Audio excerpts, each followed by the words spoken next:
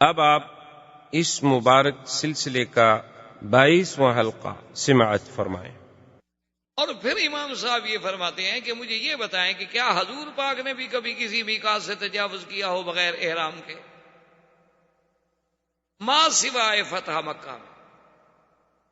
فتح مکہ کے موقع پر بھی حضور نے فرمایا کہ اللہ نے مجھے چند گھنٹوں کے لیے چونکہ حرم میں جہاد کی قتال کی اجازت دی ہے، اس کے بعد بس ختم، پھر اس کی حرمت لوٹ آئی قیامت تک۔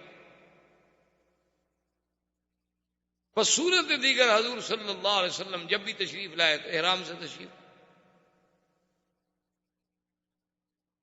تو بہرحال 1400 صحابہ کے ساتھ سیرت کا معنی یہ نہیں ہوتا کہ آپ تاریخ کی طرح ایک قصہ پڑھتے جائیں جیسے دنیا کا قصہ پڑھتے ہیں۔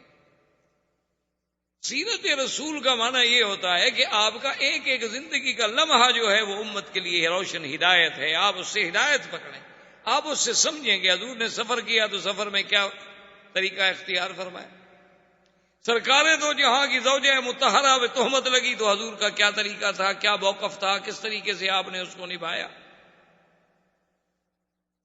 اور اس میں سیدہ عائشہ کا کیا موقف تھا کہ بے گناہ ہونے کے باوجود ان پہ کیا گزری اور انہوں نے کیا کیا۔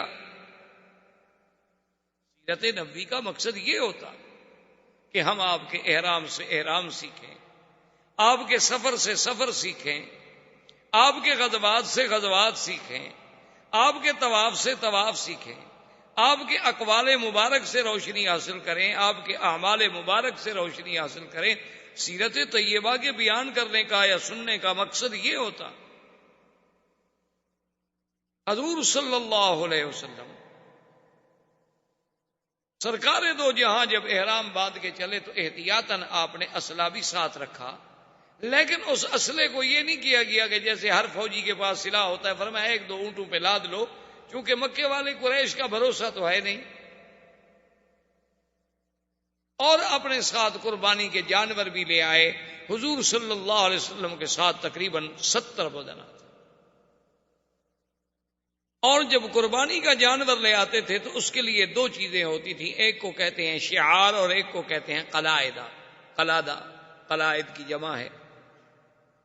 کیا معنی یہ ہوتا تھا کہ یا تو مثلا اونٹ ہے، اس کی سنام ہے یا اس کا سائیڈ ہے، اس کے چمڑے کو تھوڑا سا یوں کاٹ دیتے، یوں تھوڑا سا کاٹا، یوں کاٹ لگا دی، خون نکل آیا تو اسی جگہ اس کا خون لگا دیا، یہ علامت ہو گئی کہ بھی یہ جانور قربانی کے لیے ہے، اللہ کے حرم میں ذبح ہونا ہے، اس لیے اس کو پھر کوئی دوست دشمن کوئی بھی اس جانور کو نہیں چھیڑتا تھا، یہ تو اللہ کا ہے۔ یا قلادہ کا معنی یہ ہوتا تھا کہ بھی کوئی چمڑے کا ہار وار بنا کے رسیوں کے ساتھ اس کے گلے میں ڈال دیتے، علامت ہو جاتی تھی کہ بھی یہ جانور جو ہے یہ ہدی ہے اور یہ حرم میں ذبح ہونے کے لیے جا رہا ہے۔ اگر وہ جانور گم ہو جاتا، کسی دشمن قبیلے میں بھی چلا جاتا تو اس کے ساتھ کوئی تعارض نہیں کرتا۔ حضور صلی اللہ علیہ وسلم نے حکم دیا، جانوروں کو علامات لگا دی گئی کہ بھئی یہ جانور جو ہیں ہدی کے ہیں، قربانی کے ہیں، اور ذبح ہونے حرم میں۔ حضور صلی اللہ علیہ وسلم نے سفر اپنا جاری رکھا۔ جو حضور صلی اللہ علیہ وسلم مکے کے قریب آتے گئے، کیونکہ اس سے پہلے آپ سیرت نبوی میں پڑھ چکے ہیں کہ جن لوگوں نے احزاب میں حضور کی مخالفت کی تھی، حضور نے ان کی تادیب کے لیے بڑے بڑے آپ نے بھیجے تھے غزوہ سرایا، بنو سلیم کے خلاف، بنو فزارہ کے خلاف، بنو ثقیف کے خلاف، ان سب کے خلاف جو ہے آپ نے بھیجا کہ ان کو تادیب کی جائے کہ ان لوگوں نے کیوں دھوکہ کیا ہمارے ساتھ۔ تو اب قریش کو پتا چلا کہ 1400 کا لشکر آ رہا ہے، انہوں نے کہا کہ حضور صلی اللہ علیہ وسلم اس کا مطلب ہے کہ پھر لڑائی کے لیے آ رہے۔ اب قریش بھی تیار ہو، انہوں نے کہا کہ بھی اگر یہ لڑائی ہے، 1400 آدمی لے کر تشریف لا رہے ہیں، تو صاف بات ہے کہ آپ کا مقصد جو ہے ہمارے ساتھ پھر جہاد ہے، اور تیار ہو جائیں۔ انہوں نے بھی اپنا لشکر جو تھا، اپنے جوان جو تھے تیار کر لیے، اور حرم مکہ کی حد سے نکل کر جو معروف تر راستے ہیں مدینہ منورہ کے، جیسے تنعیم سے آپ جاتے ہیں، جموم سے، عثفان سے، یہ معروف راستے پرانے دور کے یہی ہیں، تو حد حرم سے باہر آ گئے، کیونکہ حرم میں تو قتال ہو نہیں سکتا۔ یہی وجہ ہے، ورنہ جب ہم طالب العلم کی حیثیت میں پڑھتے ہیں تو بڑی عجیب سی بات لگتی تھی کہ مدینہ منورہ کا راستہ تو یہ ہے اور حضور صلی اللہ علیہ وسلم چلے گئے شمیسی حدیبیہ جدے کے راستے میں، تو اتنی دور کا سفر اختیار کرنے کی ضرورت کیوں پیش آئی؟ حضور تو یوں آ رہے تھے نا مدینہ منورہ سے، تو آپ مسجد تنعیم آتے، نیچے جانے کی کیا ضرورت؟ سفر لمبا ہو گیا۔ اس کی وجہ یہ تھی کہ چونکہ اس راستے پر تو قریش نے اپنی فوج کھڑی کر دی مقابلے کے لیے، حضور پاک نے اپنے صحابہ سے فرمایا کہ کوئی ایسا آدمی ہے جو ایسا راستہ جانتا ہو، کیونکہ ہم لڑنے کے لیے تو آئے نہیں، ہم تو عمرہ کرنا چاہتے ہیں، کہ قریش کو بھی پتہ نہ چلے اور ہم کسی طرح حرم میں داخل ہو جائیں۔ ایک صحابی نے کہا کہ حضور مجھے راستے کا علم ہے، راستہ تو مشکل ہے لیکن قریش کو پتہ نہیں لگے گا۔ حضور صلی اللہ علیہ وسلم نے فرمایا کہ دلونی، مجھے بتاؤ وہ راستہ۔ صحابہ کہتے ہیں طریق وعر شدید، بہت مشکل راستہ تھا، کیونکہ پھر وہ نیچے اتر گئے اور وہ راستے استعمال تو ہوتے نہیں تھے، استعمال ہونے والے راستوں میں تو کچھ نہ کچھ سڑکیں چھوٹی موٹی سی بن جاتی ہیں نا، لیکن جس راستے کو کبھی کوئی استعمال نہ کرے، پتھر ہے، پہاڑ ہے، تو نیچے اتر کر حضور صلی اللہ علیہ وسلم کا مقصد یہ تھا کہ ہم حدیبیہ کی جانب سے حرم میں داخل ہو، کہ مکے والے یہاں انتظار کرتے رہے، ہم ان کے بالکل پیچھے سے حرم میں۔ حضور صلی اللہ علیہ وسلم جب آپ تشریف لے آئے مقام حدیبیہ پر، جو جدہ اور مکہ کے درمیان ہے، جسے آج کل شمیسی کہتے ہیں، جہاں انہوں نے چوکی لگائی ہوئی ہے کہ کوئی غیر مسلم جو ہے اب اندر داخل نہیں ہو سکتا، چونکہ آگے علامات حرم، تو علامات حرم نظر آنے لگ گئی، یعنی حضور صلی اللہ علیہ وسلم اتنے قریب تو آ گئے، حرم میں تو ابھی داخل نہیں ہوئے لیکن علامات حرم نظر آنے لگ گئی۔ تو اتفاق ایسا ہوا کہ جب وہ علامات حرم بھی نظر آ رہی تھی، حضور صلی اللہ علیہ وسلم کی اونٹنی بیٹھ گئی۔ اب حضور پاک اسے چلانے کی کوشش فرما رہے ہیں، اونٹنی نہیں چلتی۔ صحابہ جو ساتھ تھے حضور صلی اللہ علیہ وسلم کے، انہوں نے بھی اونٹنی کو تھوڑا سا مارا اور چلانے کی کوشش کی بھی، اب تو ہم حرم کے قریب آ گئے، اگر حرم میں ہم داخل ہو جاتے ہیں تو پھر تو کافر بھی ہمارے ساتھ نہیں لڑ سکتے نا، پھر تو نکلیں گے تو لڑیں گے۔ لیکن حضور پاک صلی اللہ علیہ وسلم نے فرمایا حبسہا حابس الفیل، اونٹنی کو مت مارو، اس کو اسی طاقت نے روکا ہے جس نے ہاتھیوں کو روکا تھا، میری اونٹنی کی عادت ہی نہیں ہے کہ سفر میں بیٹھ جائے۔ یہ معلوم ہوتا ہے کہ بس اللہ کو یہی منظور ہے، اللہ نے ہمیں روک دیا۔ حضور صلی اللہ علیہ وسلم نے قافلہ اتار دیا، لیکن حرم سے باہر، گو سامنے علامات حرم نظر آ رہی ہیں، حدود حرم نظر آ رہی ہے، لیکن ہیں حرم کے باہر۔ مشرکین مکہ کو بھی پتہ چل گیا کہ ہم تو یہاں کھڑے کھڑے انتظار کر رہے ہیں، حضور صلی اللہ علیہ وسلم تو حرم میں داخل ہو گئے۔ ان کے لیے تو بہت بڑی مشکل پیدا ہو گئی کہ اگر اللہ کے نبی حرم میں داخل ہو گئے تو اب حرم میں ہم قتال نہیں کر سکتے، حرم میں اگر ہم روکیں گے تو پوری دنیا میں خبر اڑ جائے گی کہ یہ مکے والے عجیب ہیں، کہ بھئی احرام باندھا ہوا ہے، اللہ کے نبی آئے ہیں، 1400 آدمی ساتھ ہے، ان کو عمرے سے روک دیا انہوں نے، یصدون عن المسجد الحرام، تو یہ ہمارے لیے ایک بہت بڑا مسئلہ ہو جائے گا۔ انہوں نے بھی پھر اپنے آدمی ادھر پلٹے، لیکن جب وہ قریب آئے تو انہیں پتہ چلا کہ حضور صلی اللہ علیہ وسلم آ تو گئے ہیں لیکن حدود حرم میں داخل نہیں۔ اب وہ ایک اور مشکل میں مبتلا ہو گئے، انہوں نے کہا یہ کیا مطلب، اگر حضور عمرے کے لیے آ رہے تھے تو حرم میں کیوں نہیں داخل ہوئے، پھر حرم میں کے باہر کیوں رک گئے جب مقصد ہی عمرہ تھا، اور اس راستے سے تو ہم تھے ہی نہیں، اگر حضور داخل ہوتے حضور تو کعبے میں پہنچ جاتے، ہمیں پتہ نہ لگتا، اور یہ راستہ تو کبھی کسی نے اختیار ہی نہیں کیا۔ جب حضور نے اتنی مشکل راستہ اختیار بھی فرمایا، پھر حرم میں داخل ہونے سے کیا بات مانے تھی کہ باقی تو 1 قلعہ 2 قلعے کا فاصلہ رہ گیا ہے، لیکن باہر آپ اترے ہیں اور حرم میں نہیں اترے، اس کا مطلب ہے کہ حضور عمرے کے لیے نہیں آئے، یہ ہمیں اندھیرے میں رکھا جا رہا ہے، حضور تو جنگ کے لیے۔ اب مشرکین کو اپنا ایک اور فکر لاحق ہو گیا، اب پوزیشن یہ ہو گئی کہ حضور صلی اللہ علیہ وسلم نے حدیبیہ پہ خیمے لگا لیے اور مشرکین مکہ نے حرم کے بالکل آخری حدود پہ قریب ہی آنے شہر سے تو وہ بھی نکل آئے، وہاں انہوں نے اپنے خیمے لگا دیے۔ انہوں نے بھی اپنی فوج اتار دی، لیکن دونوں میں کچھ یعنی یوں سمجھ لیں کہ 2-4 فرلانگ 1 کلومیٹر کا فاصلہ ہے۔ اس کے بعد قریش نے کہا کہ بھی ہمیں یہ چاہیے کہ ہم مسئلے کو اچھی طرح سوچیں، تحقیق کریں، ہم اپنا کوئی بندہ بھیجیں جو جا کے تحقیق کرے کہ آخر اللہ کے نبی چاہتے کیا۔ تو سب سے پہلا آدمی جو بھیجا گیا اس کا نام ہے بدیل ابن ورقہ۔ یہ اس وقت اسلام نہیں لے آئے، لیکن بعد میں اللہ نے ان کو بھی اسلام کی دولت سے نوازا۔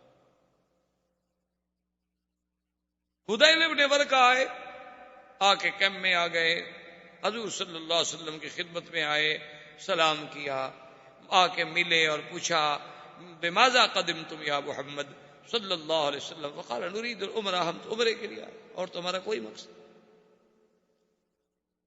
انہوں نے کہا حضور آپ عمرے کے لیے آئے ہیں، لیکن ہمیں پتہ چلا ہے کہ 1-2 اونٹوں پر آپ کے ساتھ مکمل ہتھیار بھی موجود ہیں۔ تو آپ نے فرمایا ابو دہل انی اخاف الغدر من قریش، مجھے قریش پر اطمینان تو نہیں ہے، جو لوگ مکے سے نکل کر مدینے پہ چڑھائی کر سکتے ہیں، جو لوگ احد میں آگے جنگ لڑ سکتے ہیں، جو ابھی غزوہ احزاب میں اتنی فوجیں لے کر چڑھائی کر کے ہمارے خلاف آ گئے، ہم جب ان کے اپنے حدود میں آ رہے ہیں تو کسی وقت بھی وہ غدر کر سکتے ہیں۔ تو ایسا تو نہ ہو نا کہ بالکل آدمی خالی ہاتھ ہو کے دشمن پکڑ کے چھری سے ذبح کرتا رہے اس کو، چلو کم از کم پھر آدمی اپنا دفاع تو کرے گا۔ بدیل ابن ورقہ واپس آ گئے، انہوں نے پوچھا کہ ہاں بھائی تمہاری کیا رائے؟ اس نے کہا مجھے کوئی بات سمجھ نہیں ہے، ویسے تو فرماتے ہیں عمرے کے لیے آئے ہیں، لیکن کہتے ہیں ہتھیار بھی ہیں ہمارے ساتھ۔ اب اللہ کے نبی کوئی بات غلط تو کہہ نہیں سکتے، جو چیز ساتھ ہے ساتھ ہے۔ انہوں نے کہا اچھا نتأکد بطریقۃ اخری، ہم ایک اور آدمی کے ذریعے پتہ کرتے ہیں۔ تو انہوں نے حلیس بن علقمہ، یہ احابیش میں سے تھا۔ احابیش جو ہیں یوں سمجھ لیں یہ زنوج تھے، حبش کے لوگ تھے، بعد میں یہ عرب میں آ گئے تو پھر عربی بھی زبان بھی عرب پوری ہو گئی اور لباس بھی عربی ہو گیا، اشعار بھی عربی ہو گئے، اٹھنا بیٹھنا بھی ہو گیا، لیکن یہ بڑا جنگجو قبیلے تھے، بڑے سخت قبیلے تھے حبش کے، ان کو احابیش کہا جاتا تھا۔ یہ حلیس بن علقمہ جو ہے یہ احابیش کا سردار تھا۔ انہوں نے کہا بھی تم جاؤ پتہ کرو یا تحقیق کرو حضور صلی اللہ علیہ وسلم چاہتے کیا، مقصد کیا۔ حلیس جب آیا حضور پاک نے دور سے دیکھا، صحابہ نے کہا حضور وہ حلیس جو ہے نا احابیش کا سردار وہ آ رہا ہے۔ آپ نے فرمایا یہ لوگ جو ہے نا یہ حرم کے ہدی کی، قربانی کے جانوروں کی بڑی احترام کرتے ہیں، بڑی تعظیم کرتے ہیں، تو تم لوگ سب جو قربانی کے جانور لائے ہو نا ادھر سامنے کھڑے کر دو، اس کو نظر آئیں کہ ہم تو عمرے کے لیے آئے۔ وہ آئے ملے، حضور لما قدمتم، کیوں تشریف لائے؟ فرمایا عمرہ، ما اردنا الا العمرہ۔ اور آپ نے فرمایا کہ تمہیں یہ سارے ہدی کے جانور اور یہ چیزیں نظر نہیں آ رہی؟ اس نے کہا ہاں جی میں دیکھ تو رہا۔ وہ واپس آئے، واپس آنے کے بعد اس سے پوچھا کفار قریش نے کہ ہاں بتلاؤ بھائی تمہارا دل دماغ کیا کہتا ہے؟ اس نے کہا بھی بات یہ ہے کہ بھائی وہ عمرہ ہی چاہتے ہیں، میری تحقیق یہ ہے کہ اللہ کے نبی جنگ کے لیے نہیں آئے، لڑائی کے لیے نہیں آئے، احرام باندھا ہوا ہے، قربانی کے جانور ساتھ ہیں، شعار ہے، ان کے گلوں میں قلائد ہیں، یہ اس طرح لڑنے کے لیے آدمی آتا ہے؟ انہوں نے کہا کہ نہیں نہیں تمہیں کیا پتا، تم تو ایسے بس سرسری اندازے لگا کے آ گیا۔ اس نے کہا سنو مکے والو، میری تحقیق میں اللہ کے نبی عمرے کے لیے آئے ہیں، واللہ لو منعتم لأنفرن علیکم الحابیش، مجھے خدا کی قسم ہے اگر تم نے محمد مدنی کا راستہ روکا تو میرا قبیلہ جو ہے لڑے گا تمہارے ساتھ۔ یہ کیا ہوا ہے بھائی؟ میں کہہ رہا ہوں کہ تو جھوٹ بولتے ہو، سرسری دیکھ کے مجھے کیوں بھیجا تھا تم نے؟ انہوں نے کہا اچھا بھی ٹھنڈے ہو جاؤ یار، ناراض تو نہ ہو، ہم تو اپنی ایک بات کر رہے ہیں نا، ذرا تسلی ہو جائے، پکی بات ہو جائے، ہم اسی لیے تو تحقیق کر رہے ہیں۔ دیکھو ہم لڑنا چاہتے تو ہم بھی تو جا کے لڑ پڑتے نا، تم اتنا ناراض کیوں؟ اس نے کہا ناراضگی کی کیا بات ہے، میں اپنے آنکھوں سے ایک چیز دیکھ کے آیا ہوں اور تم مجھے کہتے ہو کہ نہیں۔ انہوں نے کہا ٹھہرو، ناراض نہ ہوں، ہم کننا نتأکد مرۃ اخری، ہم چاہتے ہیں کہ ہم پھر بھی کوئی فیصلہ کریں، سوچ سمجھ کر پوری تحقیق ہو جائے کہ واقعی اللہ کے نبی کیا چاہتے ہیں۔ اس کے بعد انہوں نے عروۃ ابن مسعود الثقفی، یہ بہت بڑا سردار تھا، بہت بڑا آدمی تھا، بنو ثقیف کا سردار تھا، اور بنو ثقیف جو ہے یہ طائف کا بہت بڑا جنگجو قبیلہ تھا، اور یہ عروۃ ابن مسعود الثقفی ان لوگوں میں ہے جس کے بارے میں کافر کہتے تھے کہ اللہ نے اگر قرآن اتارنا تھا تو عروہ پہ کیوں نہیں اتارا، اللہ نے قرآن اتارنا تھا تو ولید ابن المغیرہ پہ کیوں نہیں اتارا، جو بڑے لوگ ہیں، جن کے قبائل ہیں، جن کے پاس طاقت ہے، دولت ہے، محمد الرسول اللہ صلی اللہ علیہ وسلم پہ کیوں اتارا، آپ تو یتیم ہیں، آپ تو غریب ہیں۔ اس کو قرآن نے کہا کہ لولا نزل ھذا القرآن علی رجل من القریتین عظیم، تو یعنی یہ وہ بڑا آدمی ہے کہ ان دو میں سے یہ ایک تھا۔ اس کے پاس گئے قریش، انہوں نے کہا کہ بھائی تم مہربانی کرو، تم سردار ہو، تمہارا ایک مقام ہے، تم وہاں جانے کے بعد فیصلہ کرو کہ اللہ کے نبی کیا چاہتے ہیں۔ اس نے کہا دیکھو قریشیو، بات سنو، تمہارا دماغ ہے، جس کو بھیجتے ہو واپس آتا ہے، اس کو کہتے تم جھوٹ بولتے ہو۔ بھائی جس کو بھیجتے ہو اس کی ایک رائے ہے، اگر اس کی رائے کا کوئی احترام نہیں تو اس کو بھیجتے کیوں؟ یہ بات یاد رکھ لو، اگر تم مجھے بھیج رہے ہو تو پھر میں جو فیصلہ کروں گا، میری جو رائے ہوگی وہ حتمی ہوگی اور تمہیں ماننی پڑے گی، ورنہ کسی اور کو بھیج دو۔ انہوں نے کہا کہ نہیں، آپ جو بھی کہیں گے ہم مانیں گے۔ عروۃ ابن مسعود الثقفی جب آئے، حضور صلی اللہ علیہ وسلم کو بھی پل پل کی خبر مل رہی تھی، کیونکہ آمنے سامنے تو ایک دوسرے کے چل رہے تھے اور ایک دوسرے کو پہچانتے تھے، سب آخر مہاجرین موجود تھے مکے میں رہنے والے۔ انہوں نے کہا حضور عروہ آ رہے ہیں، لیکن لابس السلاح، ہتھیار پہنے۔ اگر ایک آدمی قاصد بن کے آ رہا ہے تو اس کو ہتھیار اٹھانے کی کیا ضرورت ہے؟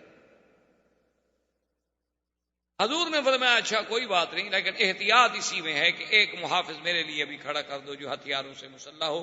تو مغیرۃ بن شعبہ ثقفی، یہ بھی ثقفی، اور خدا کی شان دیکھیں یہ عروہ کے بھائی کے بیٹے تھے، یہ مسلمان تھے۔ اب وہ احرام میں ہیں بیچارے، لیکن پھر بھی اللہ کے رسول نے جب حکم دے دیا تو ہتھیار لگائے اور اپنے چہرے کو چھپا کے تلوار لے کر حضور کے پیچھے کھڑے۔ عروۃ ابن مسعود الثقفی چونکہ بڑا سردار تھا اور بڑا آدمی تھا، اس نے کہا کہ اب یہ تو ظاہر ہے کہ بھئی ان کے پاس جانور بھی موجود ہیں، ہتھیار بھی موجود ہیں، فیصلہ تو ہو نہیں سکتا، ہم ان کی بات تو مانتے نہیں۔ اب اس کا حل یہ ہے کہ میں ان کے ساتھ بیٹھ کے کوئی ایسی بات کرتا ہوں جو چڑانے والی بات ہو، لڑانے والی بات۔ اگر تو ان کا خون کھولتا ہے، جوش میں آتے ہیں، تو پھر یہ لڑنے آئے، اور اگر میری اس غصے والی بات کے باوجود بھی وہ صبر کرتے ہیں، حوصلہ کرتے ہیں اور تحمل سے جواب دیتے ہیں، تو صاف بات ہے کہ وہ عبادت کے لیے آئے ہیں، لڑائی ان کا مقصد ہے۔ وہ آیا حضور سے ملا اور کہا کیسے ہیں؟ حضور نے فرمایا عمرے کے لیے۔ اس نے کہا حضور عمرے کے لیے جو آتا ہے تو پھر ہتھیار لے کے تو نہیں آتا، اور آپ کا کیا خیال ہے، آپ نے قریش کو کیا سمجھا ہے کہ آپ اس کے گھر میں آ رہے ہیں، ان کے وطن میں آ رہے ہیں، ان کے علاقے میں آ رہے ہیں، یہ جو 1400 آدمی آپ کے ساتھ ہیں یہ آپ کے کام آئیں گے؟ یہ تو بھاگ جائیں گے سارے، ان میں تو ایک بھی نہیں رکے گا۔ جب یہ کہا تو حضرت ابو بکر جیسا ٹھنڈے آدمی کو بھی غصہ آ گیا، آپ نے گالیاں دی اس کو، فسبہ سبا شدیدا، حضرت ابو بکر جیسا آدمی جس نے کبھی کسی کو گالی نہیں دی، غصے میں آ گئے اور گالی دی، کہا کہ ہم اللہ کے نبی کو چھوڑ جائیں گے؟ کیا کہہ رہے ہو مشرک؟ ٹھیک میرے اللہ نے کہا ہے کہ مشرک پلیت ہوتا ہے، تم پلیت ہو، ہمارے بارے میں گندے خیالات رکھتے ہو کہ ہم اللہ کے نبی کو چھوڑ دیں گے۔ اس نے کہا ابو بکر تمہارا مجھ پر ایک بہت بڑا احسان ہے، تمہیں شاید بھول گیا ہو لیکن تمہارا مجھ پر احسان ہے، اگر وہ احسان نہ ہوتا نا تو میں بھی تمہیں آج گالیوں کا بدلہ دیتا، مجھے بھی گالیوں کا جواب دینا آتا ہے، لیکن تمہارے اس احسان کو میں نہیں بھول سکتا، میں تمہیں گالی نہیں دے سکتا۔ حضور نے فرمایا ابو بکر کیا کر رہے ہیں؟ ایک بندہ ہمارے پاس ملنے کے لیے آیا ہے۔ اس نے کہا یا رسول اللہ، اس نے یہ کیوں کہا کہ ہم نعوذ باللہ آپ کو چھوڑ دیں؟ اور اس کے بعد عروۃ ابن مسعود نے یہ کیا، عرب میں ایک یہ بھی عادت تھی کہ کبھی تو احترامن اور کبھی استہزاءن، اگر کسی کو چڑھانا ہوتا تو اس کی داڑھی میں ہاتھ یوں پکڑتے، وہ بات کر، ہمارے ملکوں میں بھی رواج ہے، ادب کریں تو کہتے ہیں یار مہربانی کرو یار معاف کر دو، اور کسی کو اگر چھیڑنا ہو تو پکڑ دیں، یار کیا ہے کیا تم، تو اس نے حضور کی داڑھی کی طرف ہاتھ بڑھایا تو مغیرہ جو دیکھ رہے تھے ضربہ بالسیف، مغیرہ نے تلوار کے الٹی طرف سے ہاتھ میں مارا، اسے کہا کہ ابعد یا عدو اللہ، اے اللہ کے دشمن پلید ہاتھ مت لگاؤ میرے مدنی کو، اگر تم نے دوبارہ ہاتھ بڑھایا واللہ خدا کی قسم ہے پھر یہ ہاتھ تمہارے ساتھ دوبارہ نہیں اٹھے گا، یہ زمین پہ کٹا ہو۔ میں دیکھا من ھذا الفظ الغلیظ، یہ کون ہے؟ سخت درشت غلیظ سخت گندی بات کہنے والا ہے کون؟ میں نہیں پتا میں کون ہوں، کس کے ساتھ بات کر رہے ہو؟ حضور نے فرمایا عروہ اما عرفتہ، پہچانا نہیں اس کو تم؟ حضور میں نہیں پہچانا، کون ہے یہ تو بڑا کوئی بد اخلاق آدمی ہے، میں تو ویسے ہی آپ کی داڑھی کو ہاتھ لگا رہا تھا، میرا کوئی توہین کا مقصد نہیں تھا، اس نے مجھے خام خواہ تلوار مار دی۔ حضور نے فرمایا ہوا ابن اخیک، یہ تمہارے بھائی کا بیٹا ہے، مغیرہ ہے۔ کہنے لگا او مغیرہ تم ہو؟ اس نے کہا، کہنے لگا اچھا وہ میرا احسان بھول گئے، ابھی کل ہی تو میں نے تمہاری جان بچائی ہے، وہ بھی بھول گئے تم، اور آج اپنے چاچے کے ہاتھ میں تلوار مار رہے ہو، میرے احسانات کو بھی تم نے بھلا دیا ہے۔ اصل میں مغیرہ جو تھا یہ اسلام لانے سے پہلے یہ اپنے بنی مالک کے 12-13 آدمیوں کے ساتھ مصر گئے، مصر میں جو مقوقس تھا اس کو جا کے ملے، جو پادری عیسائیوں کا بڑا تھا اس کے پاس گئے ملے، لیکن سب جو تھے اس کو تو بڑے احترام سے ملے، لیکن یہ مغیرہ تو اجڑ آدمی تھا نا، اس نے کوئی اس کی قدر ودر نہ کی، بس ایسے دور سے کھڑا ہو گیا۔ خیر اس کے بعد 1-2 دن رہے، جب روانہ ہوئے تو اس نے بڑے بڑے ہدایہ دیے سب کو، لیکن مغیرہ کو کوئی ہدیہ نہیں دیا، کیونکہ اس نے کہا بد اخلاق آدمی ہے، اس کو کیا ہدیہ دینا ہے بھائی۔ اب جب یہ واپس آ گئے تو مغیرہ کہے عجیب بات ہے کہ جب سب واپس جائیں گے تو کہیں گے بنی مالک والوں کو تو مقوقس نے ہدیہ دیا اور مغیرہ کو کچھ نہیں دیا، تو اس سے تو میری قبیلے میں بڑی بدنامی ہوگی، یہ عجیب بات ہے کہ سارے لوگ تو مصر سے ہدایہ لے کے جائیں اور میں مصر سے خالی جاؤں۔ یہ رات کو سو رہے تھے، تلوار اٹھائی، 13 کے 13 قتل کر دی اور سب کا سامان لے کے بھاگ گیا، 13 آدمی مار دیے بنی مالک، اور وہ ہدیہ تو ہدیہ، ان کے جو اور سامان تھے تجارت کے جو انہوں نے خریدا ہوا تھا، سارا سامان بھی اکٹھا کر کے لے گیا، ان کے اونٹ بھی بھگا گیا۔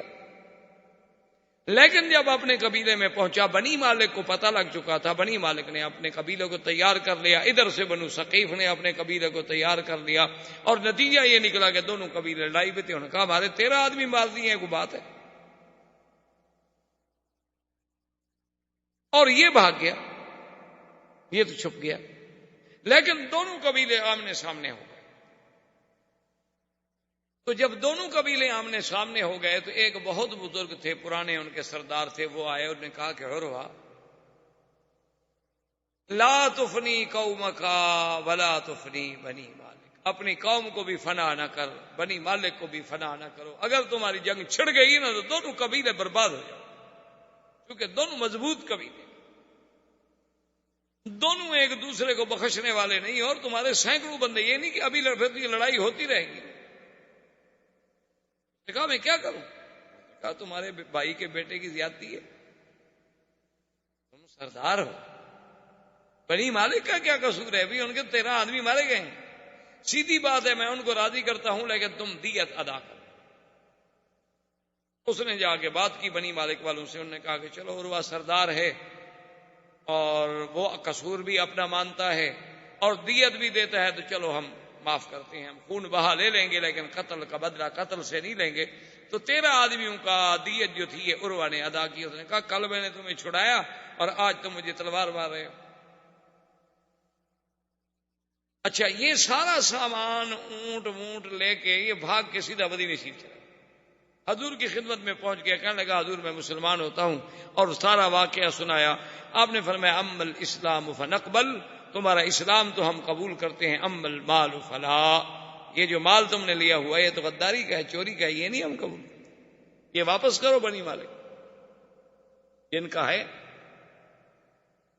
اس نے کہا حضور اگر اسلام کا حکم ہے تھی، ورنہ اسی مال کے لیے تو میں نے 13 بندے مارے، لیکن اب آپ کہتے ہیں کہ اسلام اجازت نہیں دیتا، حقوق العباد ہے تو میں واپس کرتا ہوں، تو بہرحال وہ مال واپس کر دیا گیا، لیکن یہ پکا مسلمان ہو گیا۔ تو عروہ نے اس کو وہ بات یاد دلائی۔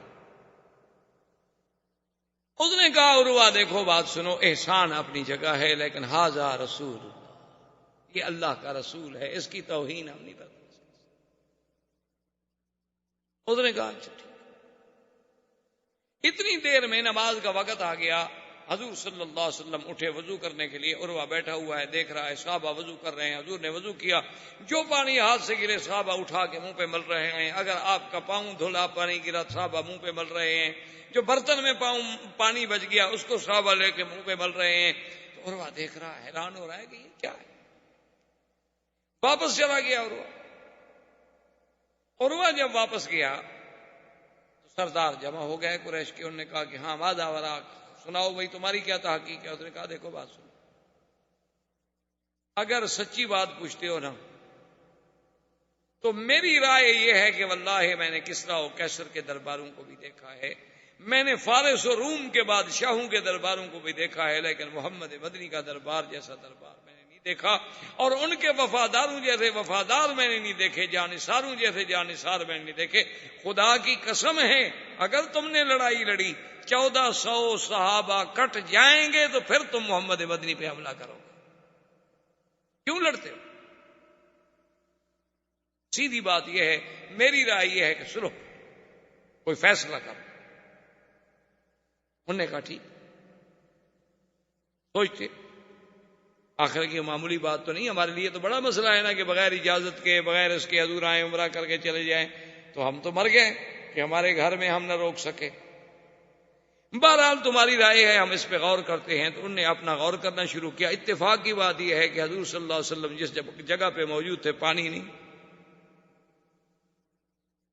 صحابہ نے آ کے عرض کیا کہ یا رسول اللہ صلی اللہ علیہ وسلم ہمارے پاس پانی نہیں ہے، اور اب یہ پانی اتنا بچا ہے جو صرف آپ کے برتن میں ہے۔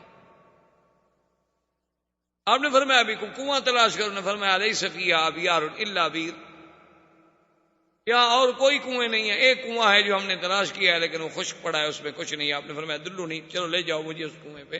حضور اس کنویں پہ تشریف لے آئے، اور جو اپنا پانی بچا ہوا تھا اس پانی میں آپ نے پڑا، اور اس پانی میں آپ نے اپنا لعاب دہن ڈالا، اور صحابی سے کہا بھی تم اتر جاؤ، اور رسی پکڑ کے اتر گیا۔ فرمایا کہ اپنے تیر کے ساتھ اس کے درمیان میں تھوڑی سی کھدائی کرو۔ اس نے تیر کے ساتھ لکڑی کے ساتھ کھدائی، جب کھدائی کر لی تو انہوں نے فرمایا یہ پانی اسی جگہ ڈال دو۔ صحابہ کہتے ہیں بس وہ پانی ڈالنے کی دیر تھی کہ امتلا البیر، تو کنویں کا چشمہ ابل پڑا۔ اسی اسنا میں حضور صلی اللہ علیہ وسلم نے اپنے صحابہ کو بلایا، فرمایا کوئی بات نہیں ہو رہی، ایک آتا ہے چلا جاتا ہے، پھر ایک اور آ جاتا ہے چلا جاتا ہے، پھر ایک اور آ جاتا ہے چلا جاتا ہے، یہ وہ بات تو نہ ہوئی نا، بات تو کنارے نہیں لگ رہی۔ آپ نے فرمایا یا عمر، حاضر یا رسول اللہ، فرمایا جاؤ ابو سفیان سے بات کرو، ابو سفیان آخر سردار ہے، یہ باقی لوگ جو آ رہے ہیں وہ خود سردار کیوں نہیں بات کرتا؟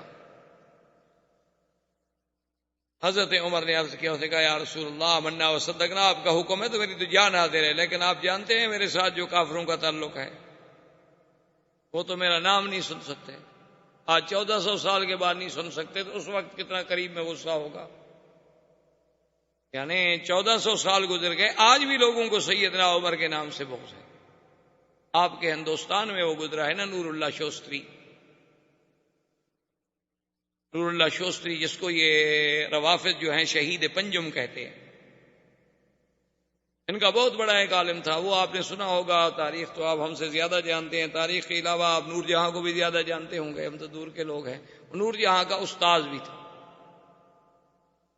تو اس نور اللہ شوستری جب آیا ہندوستان میں تو اس نے اپنے مذہب کو چھپائے رکھا، تو کافی عرصے کے بعد جب اس نے اپنی گرپ مضبوط کر لی، اپنے ہاتھ پاؤں پھیلا لیے، تو اس نے ایک شعر لکھا کہ مجھے اپنی عمر سے اس لیے چڑ ہے کہ میری عمر میں بھی عمر کا نام آتا ہے،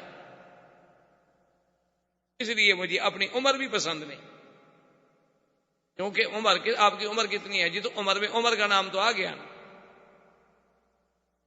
اس لیے میں تو اس لفظ سے بھی چڑھتا ہوں۔ تو وہ بڑا ایک تاریخی واقعہ ہے کہ بادشاہ جب فیصلہ کرتے تھے تو ملکہ پیچھے ہاتھ رکھ کے بیٹھتی تھیں اور وہ ہاتھ اٹھا لیتی تھیں، تو اس کا مطلب یہ ہوتا تھا کہ اشارہ تھا کہ بس اب بادشاہ کوئی فیصلہ نہ کریں، تو بادشاہ مجلس برخاست کر دیتے تھے۔ بادشاہ کو پتہ چلا کہ اس نے سیدنا عمر کی توہین کی ہے، بادشاہ نے اسے دربار میں طلب کر لیا۔ جب بادشاہ نے دربار میں طلب کر دیا اور پوچھا کہ بھئی شوستری یہ شعر تم نے کہا ہے؟ اس نے کہا میں نے کہا ہے۔ اب اس کو پتا تھا کہ اب تو میرے ہاتھ مضبوط ہیں، اب اس ملک کے وزراء بیوروکریٹس میرے ساتھ ہیں، اب مجھے کون چھیڑ سکتا ہے؟ اب بادشاہ تھوڑا مجھے سزا دے سکتا ہے، اب تو میرے پیچھے بھی ایک قوت ہے، اور سب سے بڑی قوت جو ہے ملکہ ہے، وہ میری شاگرد ہے، اور اس کے حکم کے بغیر بادشاہ کو فیصلہ کر ہی نہیں سکتا۔ تو انہوں نے کہا ہاں جی میں نے شعر لکھا۔ اپنے بادشاہ نے کہا سوچ لو، میں تمہیں 10 منٹ دیتا ہوں، سوچ لو۔ انہوں نے کہا جی 10 منٹ سوچنا ہو یا 10 سال سوچنا ہو، میں نے شعر لکھا ہے اور میں عمر سے بغض رکھتا ہوں۔ اب ملکہ نے پیچھے سے ہاتھ اٹھا لیا، لیکن بادشاہ بیٹھا ہوا ہے، مجلس برخاست نہیں کر رہا۔ تو بادشاہ نے پھر کہا کہ سوچ لو۔ اس نے کہا جی میں نے سوچ لیا ہے۔ تو ملکہ نے پیچھے سے بادشاہ کے جبے کو پکڑ کے کھینچا کہ بھئی کوئی فیصلہ نہ کر بیٹھے بادشاہ جلدی میں، تاکہ تو بادشاہ نے غصے میں آ کے اپنی ملکہ کو ہاتھ مارا کہ جان من جان دادن ایمان نہ دادن، کہ تم ناراض ہو جاؤ گی زیادہ سے زیادہ میں مر جاؤں گا نا، میں جان دے سکتا ہوں ایمان نہیں دے سکتا، میں سزائے موت دے دو جو حضرت عمر کی توہین کرتا ہے۔ میں کہا کیا ہے؟ زیادہ سے زیادہ یہ ہو جائے گا نا کہ میں مر جاؤں گا تمہارے بغیر، تو میں جان دے سکتا ہوں ایمان نہیں دے سکتا۔ نبی کا صحابی ہو، خلیفہ راشد ہو، اور کوئی اسے گالی دے میرے ملک میں، یہ کیسے ہو سکتا؟ تو بہرحال کہنے کا مقصد یہ تھا کہ حضرت عمر رضی اللہ تعالیٰ عنہ نے عرض کیا، انہوں نے کہا یا رسول اللہ اگر آپ مجھے بھیجیں گے نا تو جو تھوڑی بہت امید ہے نا صلح کی یہ بھی گئی، مجھے تو دیکھ کے ان کو آگ لگ جائے گی حضور، ان کو پتہ نہیں میں نے بدر میں کیا کہا تھا، اڑاؤ گردنیں ان کی، وہ ابھی موجود نہیں ہے وہاں۔ حضور نے فرمایا عمر پھر رائے، تو اس نے کہا حضور ایک بندہ ہے اس سے بات بن سکتی ہے، حضرت عثمان کو بھیجے۔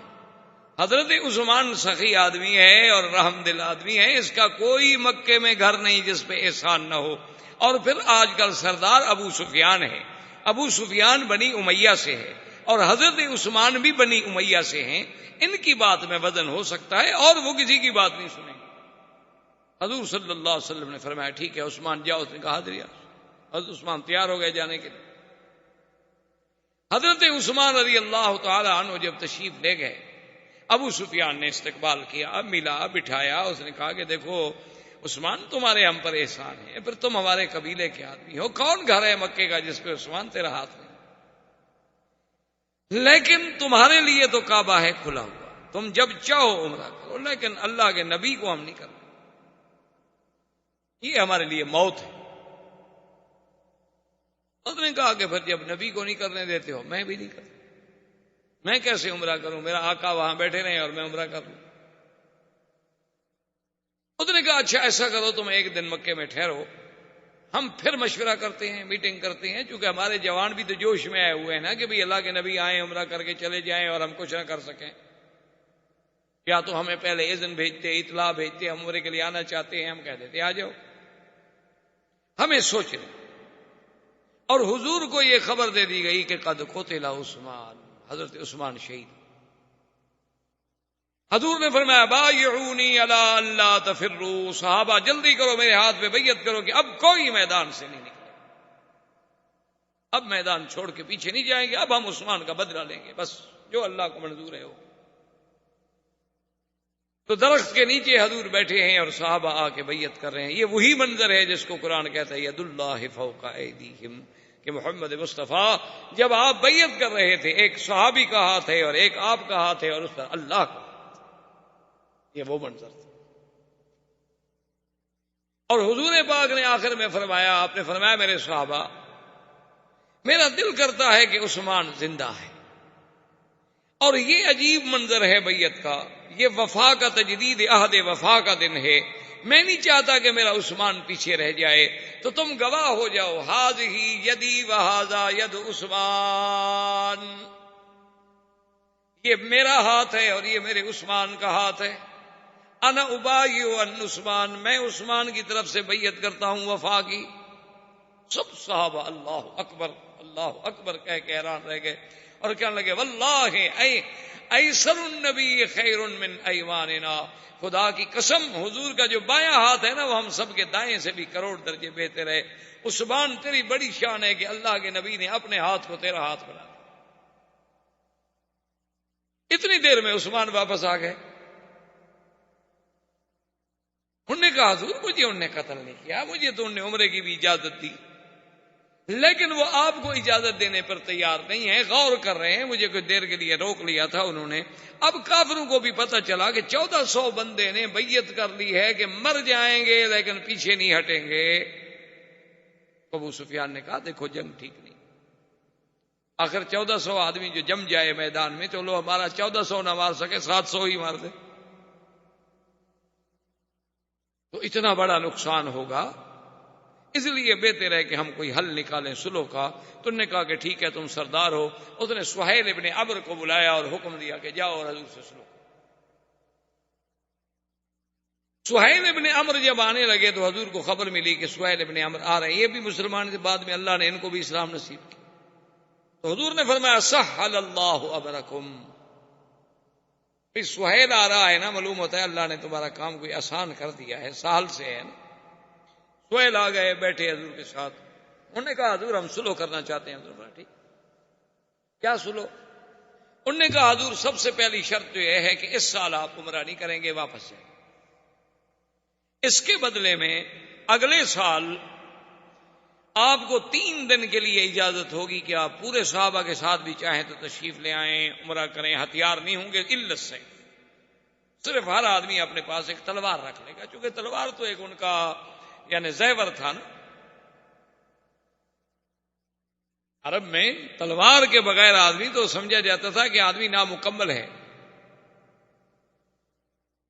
انہوں نے کہا تلوار ہوگی لیکن وہ بھی غماد میں یعنی اپنے اپنے کیسوں میں ڈالی ہوئی ہوگی، کھلی نہیں۔ ٹھیک ہے، دوسری شرط کیا ہے؟ اس نے کہا حضور دوسری شرط یہ ہے کہ 10 سال کے لیے ہم آپس میں نہیں لڑیں گے، 10 سال کے لیے آپ کی ہماری صلح، نہ آپ ہم پہ حملہ کریں گے نہ ہم آپ پہ حملہ، نہ آپ ہمارے دشمنوں کی مدد کریں گے نہ ہم آپ کے دشمنوں کی مدد کریں گے۔ تو تیسری شرط اس نے کہا حضور یہ ہے کہ جتنے قبائل ہیں جو آپ کا حلیف بننا چاہے اس کی مرضی، جو ہمارا حلیف بننا چاہے اس کی مرضی، یعنی جو ہمارے ساتھ ملے اس کی مرضی، جو آپ کے ساتھ ملے اس کی مرضی، اور جو ہمارے ساتھ ہوگا وہ گویا کہ ہم ہوں گے، جو آپ کے ساتھ ہوگا وہ آپ۔ انہوں نے فرمایا اس کے علاوہ اور کیا شرط؟ اس نے کہا حضور ایک ہماری اور شرط یہ ہے کہ اگر کوئی بندہ مسلمان ہو کے مکہ چھوڑ کے مدینہ منورہ چلا جائے اور اس کا ہم مطالبہ کریں یعنی ہم مانگیں تو آپ کو واپس کرنا ہوگا، اور اگر کوئی مسلمان خدا نہ کرے مرتد ہو گیا وہ واپس مکے آ جائے، آپ چاہے مانگیں گے بھی تو ہم نہیں دیں گے۔ ٹھیک، ساری باتیں جب ہو گئی حضور نے فرمایا ٹھیک مجھے ساری باتیں قبول۔ آپ نے فرمایا حضرت علی سے کہ حضرت علی اور معاہدہ لکھو۔